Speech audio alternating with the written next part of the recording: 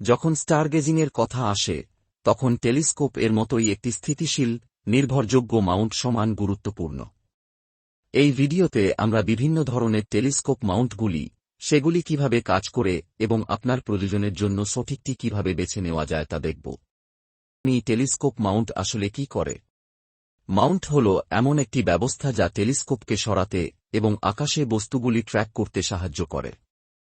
Mount আপনার টেলিস্কোপকে স্থিতিশীল করে বিভিন্ন দিকে মসৃণভাবে ঘুরতে সাহায্য করে, যাতে আপনি তারা, গ্রহ এবং ছায়াপথে লক্ষ্য স্থির করতে পারেন।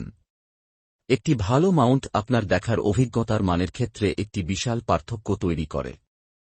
সবচেয়ে সহজ ধরনের মাউন্ট হল অল্ট অ্যাজিমাথ মাউন্ট, যা উপরে, নিচে, বাম এবং ডান দিকে ঘুরতে পারে। এই মাউন্টটি টেলিস্কোপকে দুটি অক্ষের মধ্যে চলাচল করতে দেয়, উচ্চতা, উপরে এবং নিচে, এবং অ্যাজিমাথ, বাম এবং ডান। এটি সহজবোধ্য এবং ব্যবহার করা সহজ, যা এটিকে নতুন বা নৈমিত্তিক স্টারগেজারদের জন্য আদর্শ করে তোলে। উপকারিতা: সেট আপ এবং ব্যবহার করা সহজ। দ্রুত গতির পর্যবেক্ষণের জন্য ভালো। অসুবিধা: মহাজাগতিক বস্তুর দীর্ঘমেয়াদী ট্র্যাকিংয়ের জন্য আদর্শ নয়। পৃথিবী যখন আবর্তিত হয় তখন বস্তুগুলিকে দৃষ্টিতে রাখার জন্য আপনাকে টেলিস্কোপটি ম্যানুয়ালি ঘোরাতে হবে। এরপরে আমাদের কাছে নিরক্ষীয় বা ইকুইটোরিয়াল মাউন্ট রয়েছে। এটি জ্যোতির্বিজ্ঞানীদের জন্য পছন্দ, কারণ এটি আকাশ জুড়ে বস্তুগুলিকে আরও সুনির্দিষ্টভাবে ট্র্যাক করার জন্য ডিজাইন করা হয়েছে। একটি ইকুইটোরিয়াল মাউন্টের দুটি অক্ষ থাকে, ডান আরোহণ আরএ এবং পতন ডিসি, এবং এটি পৃথিবীর ঘূর্ণন অক্ষের সাথে মিলিত থাকে। এর মানে হল যে পূর্ব থেকে পশ্চিমে মহাজাগতিক বস্তুর গতি অনুসরণ করার জন্য মাউন্টটিকে কেবল একদিকে যেতে হবে, যা পৃথিবীর আবর্তনের সাথে সাথে বস্তুগুলিকে অনুসরণ করার জন্য এটিকে আরও নিখুঁত করে তোলে। উপকারিতা: ১. দীর্ঘ এক্সপোজার, যা অ্যাস্ট্রোফটোগ্রাফির জন্য প্রয়োজনীয় ও দুর্দান্ত। ২.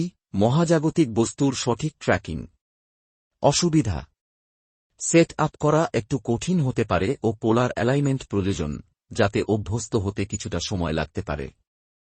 ডবসনিয়ান মাউন্ট একটি সহজ এবং কার্যকর টেলিস্কোপ মাউন্ট, যা বিশেষত প্রতিফলক টেলিস্কোপের জন্য ব্যবহৃত হয়।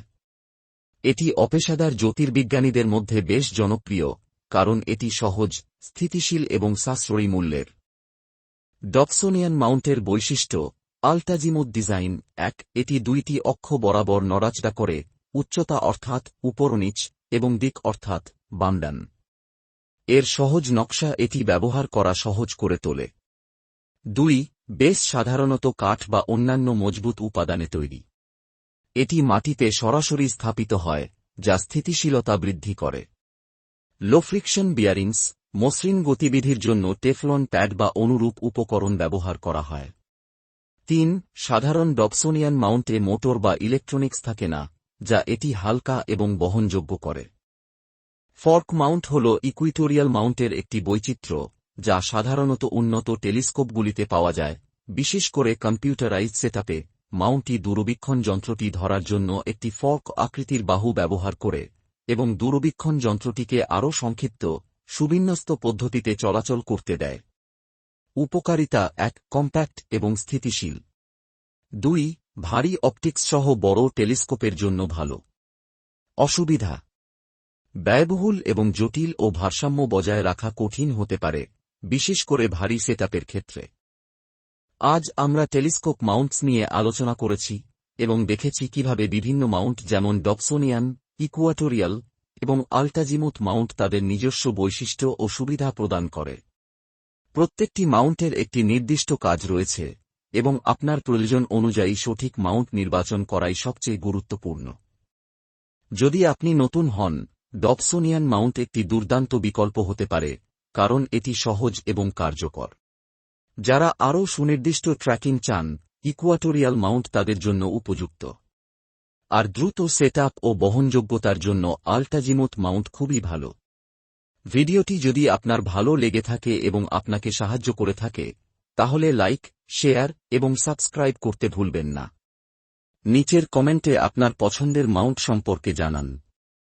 আমরা আবারও ফিরে আসব নতুন বিষয় নিয়ে। ধন্যবাদ এবং আকাশ পর্যবেক্ষণ উপভোগ করুন।